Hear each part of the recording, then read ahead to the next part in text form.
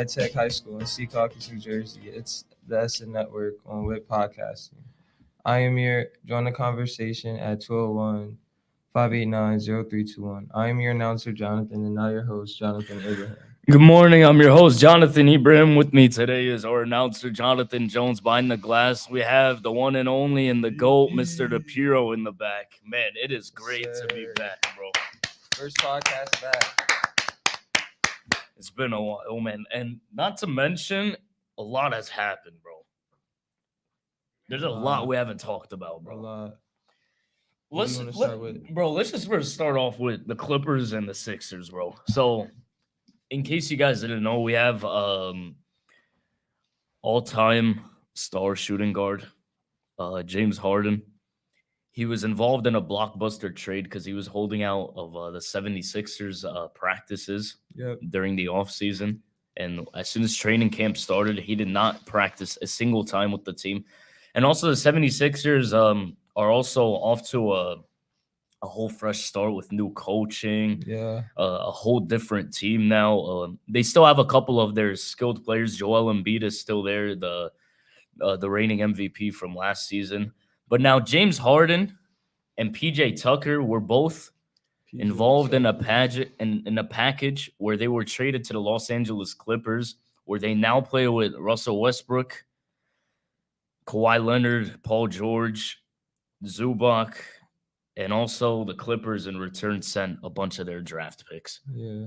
And a lot of their bench now is gone. Yeah, like, bro, honestly, the Clippers, they had no more depth on their bench anymore. Like, I remember them and the Suns last season when they played against each other in the playoffs. They had a deep bench. Bro, both teams had a pretty deep bench. But, I mean, they were like, they still weren't a good enough supporting cast for Russell Westbrook because he was by himself. And, like, Paul George sat out for a few games. Kawhi Leonard sat out the whole series. And, like, the Suns were just, like, the Suns were basically that new super team in the West that everyone was, like, scared of going up against. But now Russell Westbrook is now also on a team with a better supporting cast now. Yeah. And, like, Kawhi Leonard so far throughout the past few games, he's been healthy. Let's just hope that he could keep it like that long term. Paul George also, he's now running the 3, no longer running the 2. I like Paul George at the 3. Yeah, I honestly like that too. I like him coming off of screens, getting open shots. Yeah, and it's like other than that, like now that Kawhi Leonard is no longer the small forward, it's like now that he's running the power forward, he's a pretty good defender. Yeah. He's big enough to guard other power forwards in the league. The guy is big. And, like, yeah, we just know that Kawhi Leonard is just, like, he's just built to guard these other star and I think offenders in the league. His wingspan helps him a lot, too, and the size of his hands. Exactly, man. I mean, he came out his last game last night with 22 in the first half. Like, yeah, but he wasn't as clutch as we're used to seeing him. Yeah, the Lakers ended up beating them in their losing streak against them over the past few years. LeBron also has been playing pretty good so far. Not to mention the Lakers right now are also that one team in the West that everyone's also scared of just because of their playoff experience. I don't know. Anthony Davis and LeBron James. I don't see Anthony Davis as. Yeah, his problem is just health. His problem is health. Like the problem right now with all the good teams in the West, other than the Nuggets, is literally just health. The Warriors right now, Curry is usually always ending up with leg injuries that sit him out for like almost a month. His shoulder. Yeah, or his shoulder that he had to deal with last year. Klay Thompson's looking like he is getting back to somewhat his older self from before his ACL injury, but I just gotta say that this team's like looking pretty good so far, and like they're looking the opposite of what we saw last season. Them struggling a lot on the road, them fouling, and giving up a lot of free throws to their opposing teams on the road. How do you think Chris Paul's been adapting to the Warriors? He's been doing pretty good, like coming off the bench. I gotta say that as a sixth man, he could help the team a lot. And also now that there's better perimeter defending, because like we Mhm. struggled with that last season when we got Gary Payton late back last season. Oh yeah, I Andrew forgot Wiggins you was guys got also him back. Andrew Wiggins was also sitting out because of the What happened? personal Yep. reasons. But do you want to start talking about Wembanyama? Oh yeah, Wemby, man. This dude was so the 18-year-old was drafted first overall in the draft last season. He was coming from France, and he's now being coached by the great coach Greg Popovich. He's now on the Spurs, and the Spurs right now are honestly looking better than what we expected. Yeah. And the only problem right now with Wemby, which is what we would expect for the majority of rookies, is just turnovers. Him having 5 turnovers against the Suns the other day. But he came just, out with the win. Yeah, exactly. He came out with the win. Keldon Johnson was a bit out on it a little bit. He was talking a little smack after the game, but Kevin Durant was still getting respected by Victor Wembanyama, and Wemby was talking about how he's his favorite player of all time, Yeah. and like KD is just like, oh, that just makes me feel old. Yeah, man. Yeah, I heard that. Is As soon KD as he just walked back inside the tunnel. Yeah, KD was my favorite player too. Yeah. You just got to stop with the ring chasing, though. It's just this is crazy. Wembanyama, we're really looking at the next like face of the NBA, and for the next year, like this is gonna be who's gonna be on top. That's like the dream build that we could like dream of, like the best NBA player. 7'4". Yeah, 4 or 5. 7'4". Yeah. Well, either way, just like his wingspan is also like crazy. Like imagine, like I remember Curry going up against him in the jump ball in the preseason. Oh, he didn't even try to bro, jump. I'm like, bro, why the hell did you even try that? And like Wemby is just like standing there and like he has his arms up, and of course he gets the jump ball. I'm just going like, this guy is gonna be scary.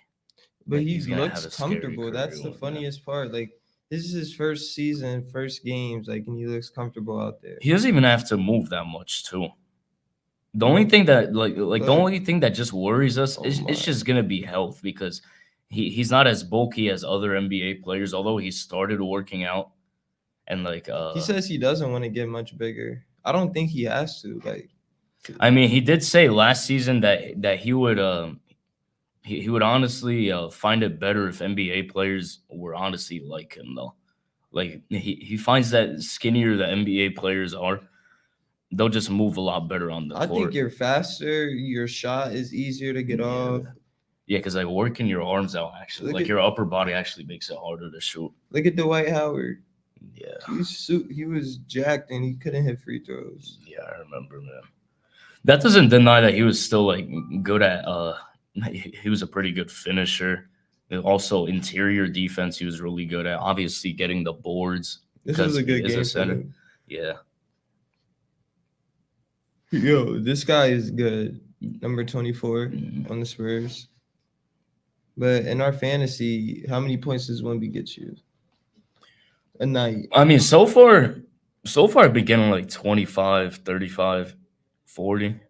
Yeah, like it's some solid numbers, and like we also got to keep in mind it's his first few games, and like it's still his NBA debut. Yeah, like he's still gonna get better too. Yeah, like he's just getting the experience over time, and like we obviously weren't alive when LeBron was drafted in 2003, and to me it just seems like this dude is like the most hyped up player for the draft, and like he's exceeding our expectations. Chet. I like how Chet's been looking. Yeah, I think Chet would also be a really good competitor for that Rookie of the Year award. I think it's, and not gonna lie, Brandon Miller. I'm sorry, Scoot Henderson. He's kind of on the bus. Like he's not really performing. I think he has 7, then he has 0 points. Like I mean, it's also the Trailblazers, they did make a good trade for when they got rid of Damian Lillard. They did get what's his name, DeAndre Ayton in return. They still have Anthony Simons. They got Scoot Henderson. But I mean, the team just for now, I don't know. I think it's usually something that's up with their coaching. No, yeah. Yeah, it's their coach. And Damian Lillard, not to mention, the only time that he's actually made the playoffs was with LaMarcus Aldridge. And like all that we remember from Damian Lillard in the playoffs is just hitting that game-winning shot.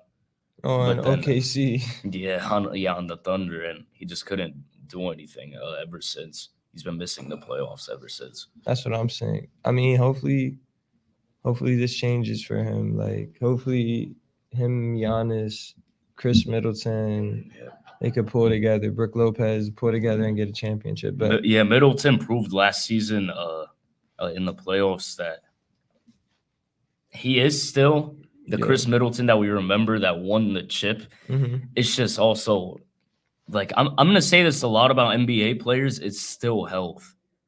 Like the injuries, I can see that. They really get to these guys. And Chris Middleton, so far he's been playing like a top 5 small forward, but he also just has to keep it safe and also like be healthy. And the Bucks are gonna win a lot of games. I could honestly see them clinching the conference. No. Do you think the Celtics? I think, bro, Celtics might have the best starting 5 in the whole league. Well, on paper, yeah, but like it's just like at the same time, they literally won their game last night by 51 Yeah, points. I saw that. Yeah, I saw that. The Celtics honestly did have a good game, but I just think that who's better than Jason Tatum? Well, on the Bucks. Well, no, yeah, in general. Well, yeah, I'm not gonna lie. So far, he is looking like the best small forward in the league. Who's better than Porzingis? Oh yeah, I forgot they got him. Yeah, the Wizards did make a trade and give up Kristaps Porzingis. It was a pretty nice package that they did. Now Porzingis is now on the Celtics. He's now on a better team finally. He doesn't have to carry the Wizards with Kuzma anymore. A winning team. Yeah, man. I mean, Porzingis, I remember Porzingis like first 2 games. I remember you told me that he was looking like an MVP candidate. Yeah, like he was going off. Yeah, he's a pretty like for a top tier center like that who's now on a good team with the Celtics. I don't know, man. But I just think that it's like with the Bucks. Yeah. I don't know. It's also Giannis and Damian Lillard we're talking about. Like that's like Kobe and Shaq right now. Yeah. Or like Jamal Murray and like Jokic. And then add Drew Holiday's defense, Derek White's defense, Jaylen Brown's defense and scoring. I think this is what I'm saying. I feel like they have the best starting 5 in the whole entire league. Like who has a better starting 5 than these 5 guys right here? Yeah, I'm not gonna lie. I can't doubt that, of course. Like you can say the Mavericks just because of Luka, but they don't have a Porzingis, they don't have a Jaylen Brown on their team, a Derek White. Like these are really good players. Yeah, like what you said about the Mavericks, Luka Doncic so far just like I think that this season he's gonna have a lot to prove. No, yeah, for sure. Because a lot and Kyrie. Yeah, because a lot. Because I remember as soon as Kyrie was traded to the team, there was no more defense on that team. No, like the defense, the defensive rating just went down, which is something that usually happens whenever Kyrie Irving is starting on a team, and it's just something that like it affected them, and they ended up dropping to the 11th seed, not even making it to the play-in tournament. So I think that the Mavericks this season, especially in a really hard conference where we have a lot of star players, they're gonna have to prove a lot. Yeah, they have a lot to prove. Yeah, man. But then with the Celtics, Jaylen Brown is just gonna have to show that he is worth that contract. And during the offseason, he did get the biggest bag in NBA history, ladies and gentlemen. Doesn't look like he worked on his left though. Yeah. Well, yeah, he still does struggle with dribbling the ball pretty well, but he's still a good defender. We can't deny that. But I mean, he's also gonna have to prove that he's worth that contract and help this super team, quote unquote.